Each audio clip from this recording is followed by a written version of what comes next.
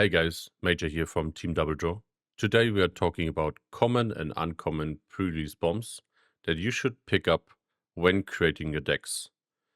If you enjoy the video, please make sure to subscribe and like, and also comment your picks for pre-release bombs for the upcoming set 7.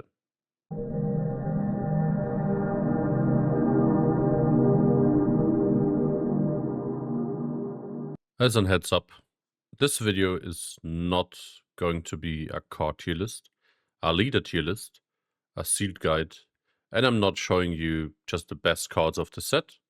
These are just our picks for good baseline commons and uncommons that you can build your deck around. So this is more of a cheat sheet and not like the ultimate guide to pre-releases. First of all, 1 and 2 drops.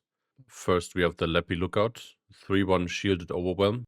Just a good card. The only thing that kind of counters it is Aura Sing, but I'm not sure if she's played a lot in pre-releases. Then we have the 2/4. On attack, you may choose 2 players. If you do, they draw a card.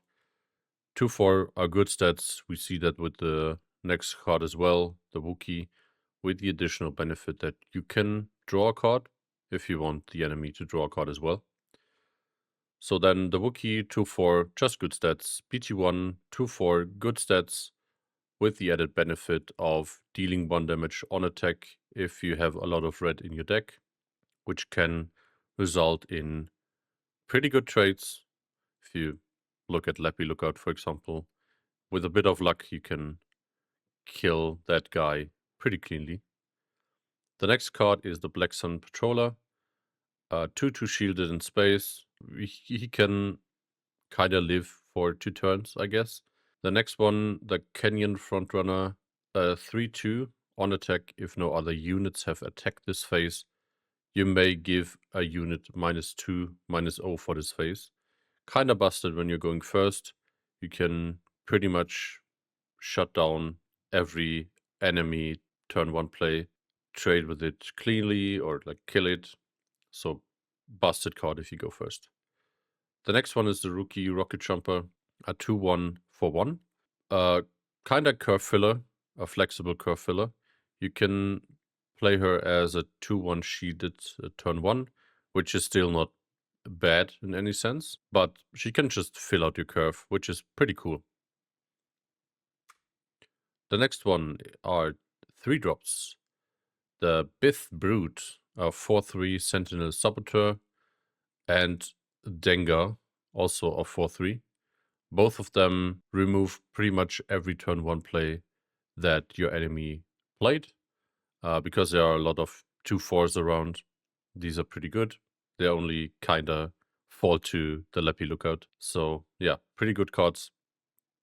The Millennium Falcon, a 2/5 in space. On attack, you may give a space unit -2, -0 for this phase. You may give a ground unit +2, +0 for this phase. Pretty busted. 2/5 in space are like great stats. And also the added benefit of giving your units +2 and an enemy space unit -2. Pretty good. The second part is even a mate trigger, so you don't have to give it to an enemy unit, which is kind of nice. The next one is Cindercast, just 3/5 on ground. With Vel, she immediately becomes a 4/6 with Sentinel, which is kind of crazy. So if you play Vel in your pre-release, pick up Cinta 100%. The next one, Droid Laser Turret, 2/1 Sentinel Shielded. These are just village protectors on Wish. So yeah, kind of great. The next one is just a vanilla 4/4. 4/4s are good because they can kill enemy turn 1 players without dying. There are, like I said, a lot of 2/4s around, so these ones are killed by the 4/4s, so pretty good. The next one is also just a 4/4 with the added benefit of dealing 1 damage to your enemy base if you have a lot of red cards. So the same with that 4/4. Just kills a lot of 2/4s. Then the next one is Sabine, a 3/3 ambush that can defeat shields, for example, or experience tokens. And if you splash her with off aspect, you can defeat a bigger upgrade or like a unique upgrade, which doesn't come up too often in just this set alone. So in the pre-release, you probably won't trigger that often. But she's a 3/3 ambush that can kill a shield when played, which is pretty good against like droid laser turret, for example. The next ones are 4-drops. Ezra Bridger, a 4/5 with rate 1. Just good stats. A 5/5 when he attacks for 4 is pretty good. And when played, can heal a unit for 2. He's also one that I don't think you should splash a lot, because heal 4 on a 3-drop is mostly overkill. So having him heal 2 from your 3-drop that just killed a 2/4 2-drop is pretty sick. So you can consider him. Then the Quarrying Contractor, 3/4 Sentinel Grid. Grid on a Sentinel is never bad. He has not the best stats, but I still think he's interesting. The next one is Urk, 2/4 bad stats, but hidden and rate 4. So if the enemy doesn't deal with him like immediately in the 5 resource turn, he hits like a truck for 6. So pretty good with for rushing your enemy. Then Kanan, probably the best unit to splash in any of your yellow heroism or blue heroism decks. He's a 3/4 restore 1, but when played, you may return a non-leader unit that costs 2 or less. If you play him like off aspect, and you have a green and red unit, a green or red unit, you return a 4 cost or less. So in this case, you bounce your enemy 4 cost with your 4 cost, which is kinda insane. A lot of tempo. So he's probably the best card to splash with your epic action of your base. The next one, Vendor Range Troopers, just a 4/6 vanilla, good stats. Next, Rebel Blockade Runner, a 4/5 Saboteur, just good stats for a space unit. Saboteur is nice, but I mean, the best thing about that card is just a 4/5 in space for 4, pretty good. Let's get into the 5-drops. The next good splash card is Sep Aurelius, a 4/4 Sentinel. He deals 3 damage to a ground unit, and if you have a green or yellow unit, you deal 5. So that's pretty insane. His stats are not like the best, but he still blocks the ground and hopefully kills a unit, or at least damages the enemy leader, so you can trade it with your 4 cost, for example. So overall, a great unit to splash. So if you get Sep or Kanan, you can play them off aspect with your base. That's just perfect. The next one is the Smuggler's YT 2400. 4/5 ambush. When played, you may pay 1. If you do, this unit gets +1/+1 for this phase. Just a worse blue leader. I guess kind of worse, but I mean, at least he can ambush in space for 5, which is good. So yeah, just a good ambusher. Then the Shielded Hauler, 4/5 shielded. Kinda a nasty unit to remove. Can just hit base for probably 8 or something before he gets removed. So just a good unit to diversify to space and also have a threat there that just hits like a truck. Then we have the Guild Ambush Team, a 5/4 ambusher. Yeah, 5 damage ambushes or 5 attack ambushes are just great. So yeah, not much to say about that. Then a Nightwind Assailants, 5/5 Sentinel, just a good blocker for ground. Blocks pretty much every 4 and 5 cost. So that's pretty good. Then on to the 6 drops. We get a lot of yellow here. Yellow is also probably one of the best or the best color for the pre-release, I think. We have Django Fett 6/5 shielded on attack if this unit is upgraded, exhaust an enemy unit. Just good stats, shielded, with the added benefit of the on attack, which can exhaust leaders, for example. So this is pretty good.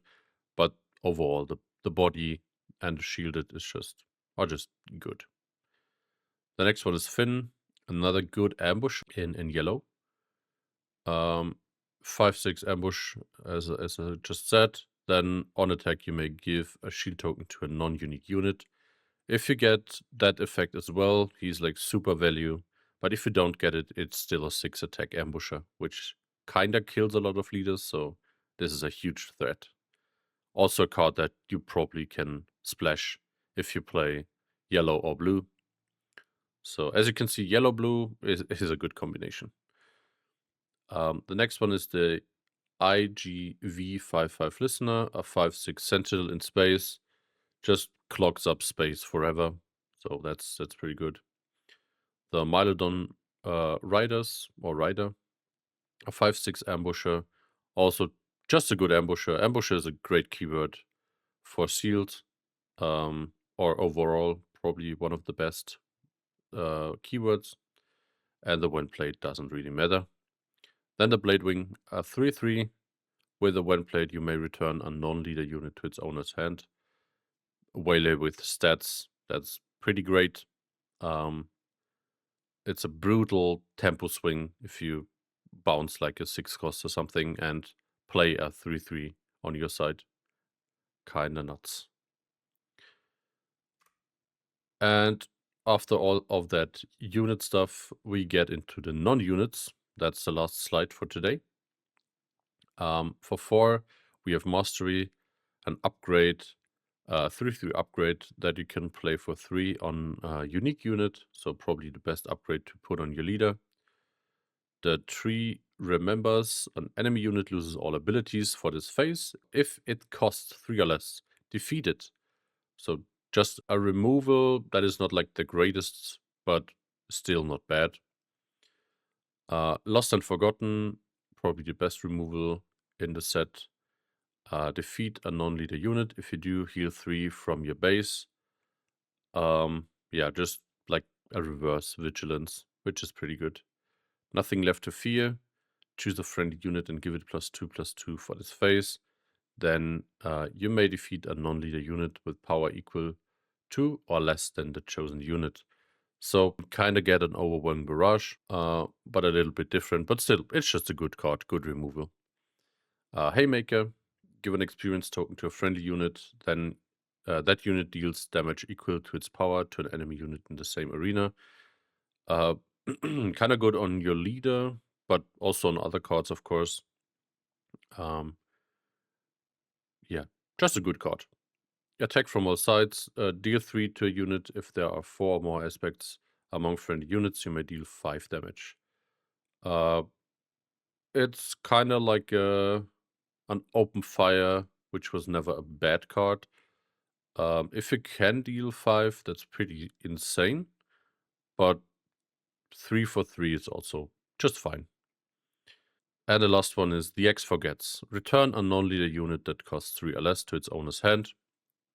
This kind of bounces above rate, because you can bounce a 3 cost with a 2 cost card, which is good, but the 3 cost kind of narrows it down to probably the first couple of turns, but it's still a good removal card. So yeah, that's pretty much it for our picks for the pre-release. Good luck with your pre-releases, good luck with your pulls, and the most important thing is have fun with the new set. We are pretty thrilled for set 7 and the rotation. More content is coming pretty soon, with Faye putting out a lot of deck techs and gameplay videos. So make sure to also check them out. And yeah, that's it from my side. See you pretty soon. Bye bye.